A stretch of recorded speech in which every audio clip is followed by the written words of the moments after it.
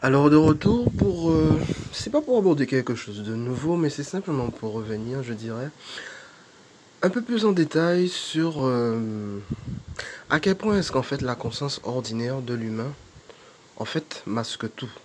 Et ce qui fait que c'est le plus grand paradoxe, qui fait que par exemple, la conscience ordinaire de l'humain l'empêche de connaître ce qui se passe directement à l'intérieur de son corps. La conscience de l'humain, la conscience ordinaire de l'humain l'empêche de connaître ce qui s'est vraiment passé dans les autres époques, dans les autres civilisations. La conscience ordinaire de l'humain l'empêche de connaître ce qui se passe dans les abysses, dans les fonds marins, ce qui se passe dans les bases souterraines, dans les tunnels souterrains, au centre de la Terre. La conscience ordinaire de l'humain l'empêche de connaître ce qu'est vraiment la planète Vénus, ce qu'est vraiment le Soleil, ce qu'est vraiment la Lune, ce que sont vraiment les planètes Pluton, Mercure, Mars, Uranus, Saturne, etc., etc. La conscience ordinaire de l'humain empêche de connaître les elfes, les dragons, les gnomes, les sylphes, les ondines, les vouivres, les farfadets, les lutins, euh, les centaures, les minotaures, etc., etc. La conscience ordinaire de l'humain empêche de connaître ce que sont que les démons, empêche de connaître ce que sont que les archontes. La conscience ordinaire de l'humain empêche de connaître le monde des désincarnés. La conscience ordinaire de l'humain empêche de connaître la totalité de ce qui se passe au sein de ce monde, dans les moindres recoins. La conscience ordinaire de l'humain l'empêche de connaître hum, les peuples galactiques, l'empêche de connaître ce qui se passe dans les autres systèmes solaires, ce qui se passe dans les autres soleils, les étoiles, les constellations, les galaxies, dans les autres dimensions. La conscience ordinaire de l'humain l'empêche de connaître ce qui se passe à l'intérieur d'un simple grain de sable. En bref, la conscience ordinaire de l'humain est tout simplement une énorme, une immense chape de plomb d'ignorance.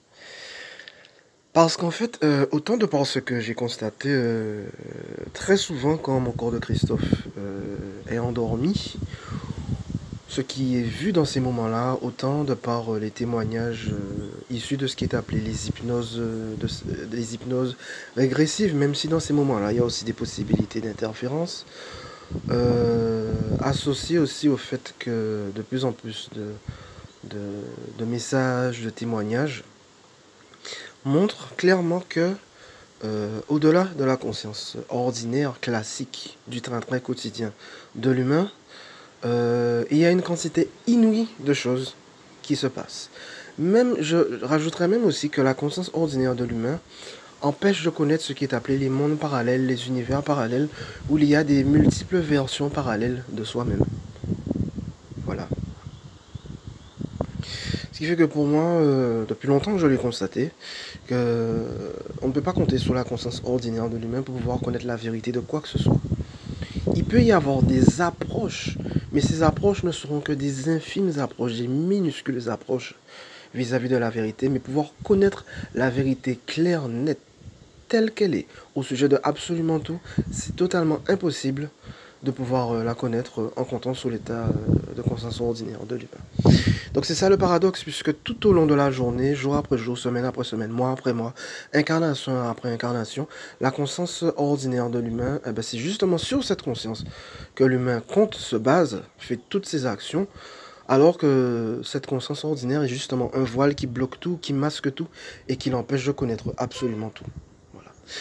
Donc voilà, ce sera pas plus, c'est ce que je souhaitais exprimer par l'intermédiaire de cette vidéo. Allez, merci, bye bye.